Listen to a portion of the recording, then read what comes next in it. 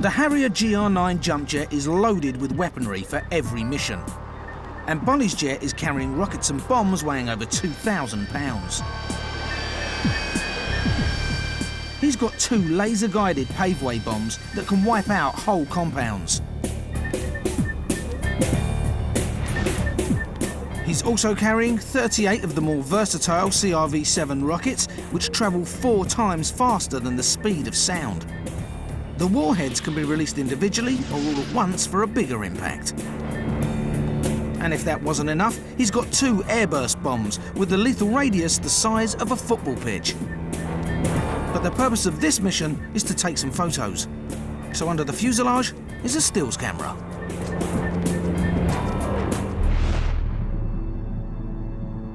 After taking a few photos, he gets a call from the troops on the ground. To identified radar information. Turn left heading 040. They're being attacked near Kajaki and want Bolly to find out where the rockets are coming from. Positive. 2 miles out. Visual. Tail clear. He'll be screaming down the radio, there'll be bullets going on in the background, and he'll be in a lot of trouble. And he's just trying to get across to me as quickly as possible where that threat's coming from. Bolly switches on a bit of kit that's revolutionised the way the war is fought in Afghanistan. It's called a sniper targeting pod, which is next to the stills camera under the fuselage. Its telescopic lens gives the pilots a detailed view of the ground, which is then beamed to the troops on the front line, giving the soldiers live bird's-eye footage of the enemy. The difference in what you can see on that screen is massive. So before, you used to only be able to see the general outline of a building, and maybe you might see a blob that would be a car. Now with the sniper pod, you can tell what sort of car it is. And at 20,000 feet, the sniper pod can tell the difference between the troops and the Taliban. 2 miles out. Visual. Tail clear. The army asks Bolly for a show of force.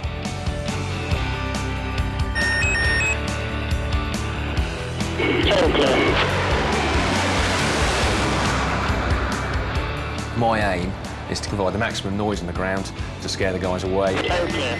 I'm flying the jet down to 100 feet above the ground, going along at about 600 miles an hour, so I've got to look out for people potentially shooting at me. But probably the biggest thing I've got to look out for is the ground, because when you're going that fast, that low, it comes up to meet you pretty quickly. There's also lots of aerials in Afghanistan, and if you hit one of those, that would really spoil your day. So I've got to stay cool, really.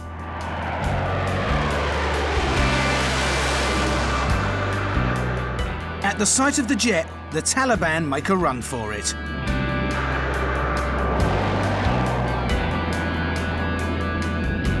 And Bolly heads home to Kandahar with his bombs all intact.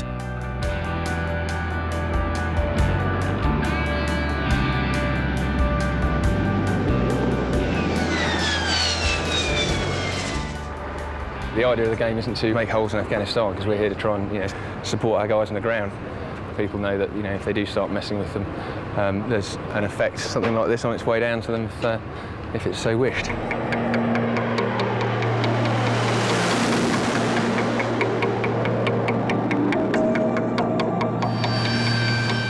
At Kandahar Air Base in Afghanistan, Harrier pilot Bolly is bringing in his jet for some TLC. What are you thinking? The nose wheel sat quite high for some reason, so I'm just trying to work out why. Engineers like Jumper Collins and his team are the unsung heroes of the war, because without them, the planes won't fly. They're machines at the end of the day. Every machine breaks down. With the aircraft vibrating and stuff like that, cracks appear, things happen.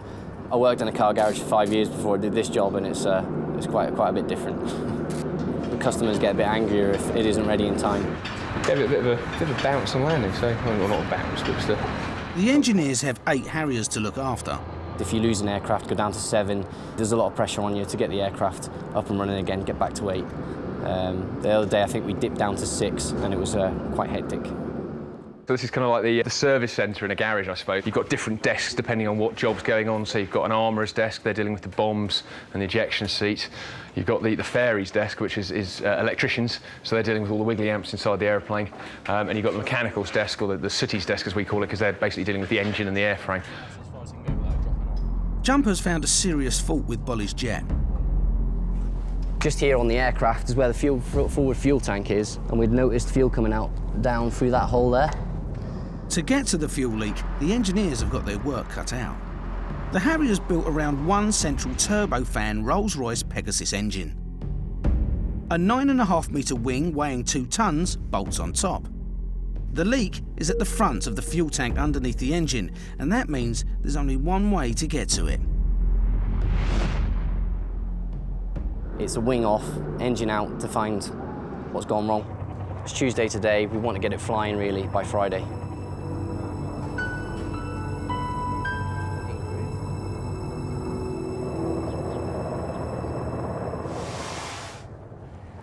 This is AT MacArthur. Trev, do you want to just give us a wave? He's up there reconnecting the fuel supply. On the top there, we've got number 1, Dinger Bell. Dinger, say hello there. He's just connecting the back of the engines, the hot nozzles at the back. Rabbit, this is Rabbit. He's setting up the rigging of the nozzle so Dinger can connect the drive shaft. There's no room for error. Well, everything these guys put their name to, they're responsible for, so if anything did go wrong, they've signed it. And it could be a matter of life or death for jet pilot Bolly, who's eager to get back up in the air. This jet's been out of the programme for 3 or 4 days. It's a jet that we can't fly. If push comes to shove and we need to launch, lots and lots of waves. So, these guys are working round the clock to get this jetty back, ready to go in the air so that we can then fly it and go and support the guys on the ground.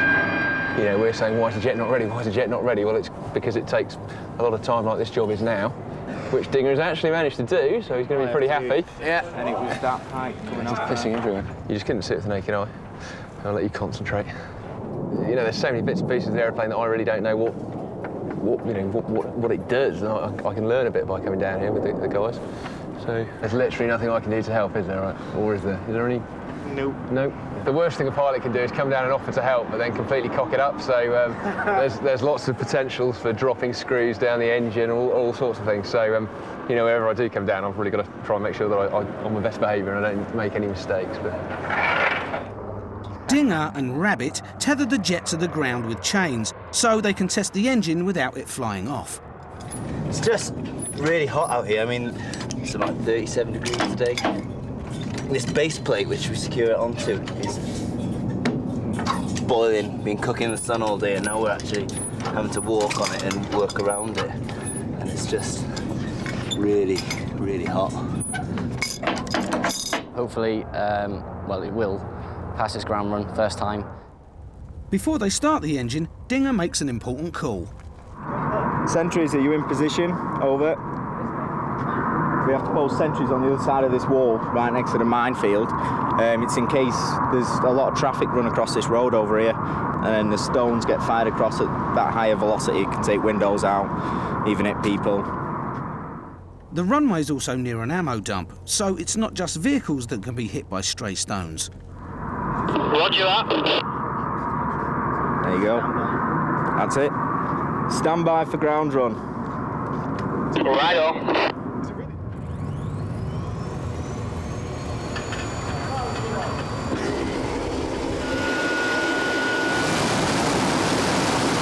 As the engine reaches full throttle, the chains have to withstand 22,000 pounds of thrust. So it's looking good, no leaks. All the figures seem to be matching up what they should be, so it's all going well.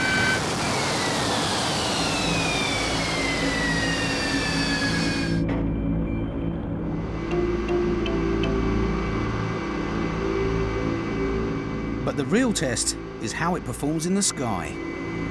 Hoping it's going to work and everything's going to go all right. Should be fine. Done enough work on it, so it should be all right. If it is still leaking fuel, they'll have to strip the whole plane down and start again.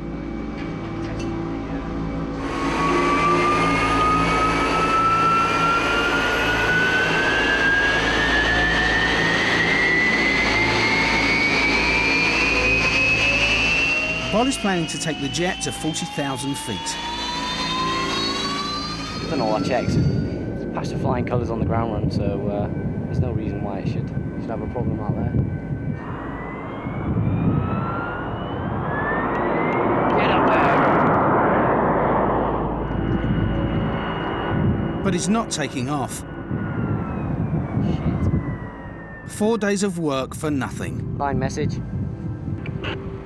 Yeah, aircraft 43's just throttled up and throttled down on the runway. I think he's coming back in.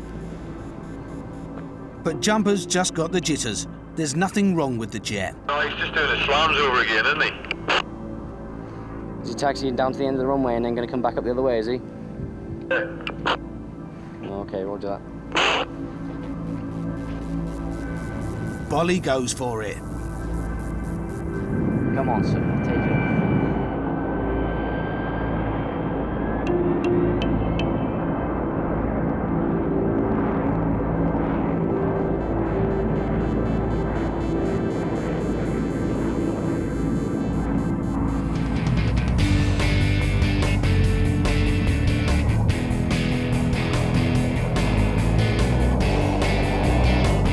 Job done.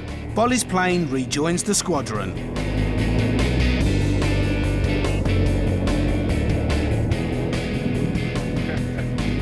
Good guys. 8 days. In the hangars, Harrier pilot Simon Rawlin has been called into action to help some Danish soldiers in Helmand province. You are always nervous. I've been flying out here quite a few times now. I've got quite a few hours on the Harrier, and there is not a single time that I engage a target that I'm not nervous.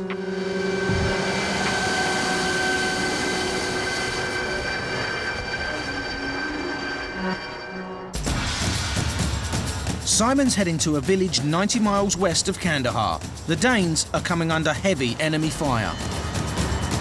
They urgently need air support, so he's got to get there fast.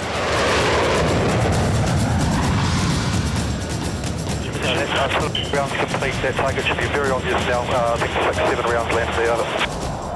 I'm 3.5 miles north of the target, heading west.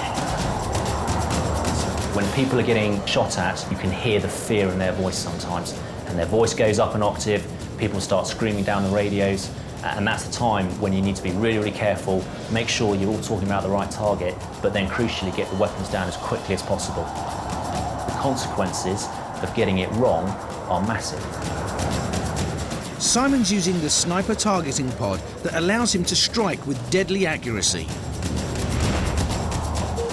Once he's released the paveway bomb, the pod fires a laser signal at its target, which bounces back, and the bomb locks onto the laser, readjusts its position, and strikes. This all happens in a split second. Simon reaches the battle scene. As soon as he gets the go-ahead from the troops on the ground, he drops the bomb, and the sniper targeting pod does the rest. The bomb travels at 4 times the speed of sound. Nowhere 5-3, that's a direct hit on suspect compound. Smoke obscuring, stand by for video. Only 30 minutes since the call for help, the target's been engaged and destroyed. Mission accomplished. Simon heads home, minus 1 bomb.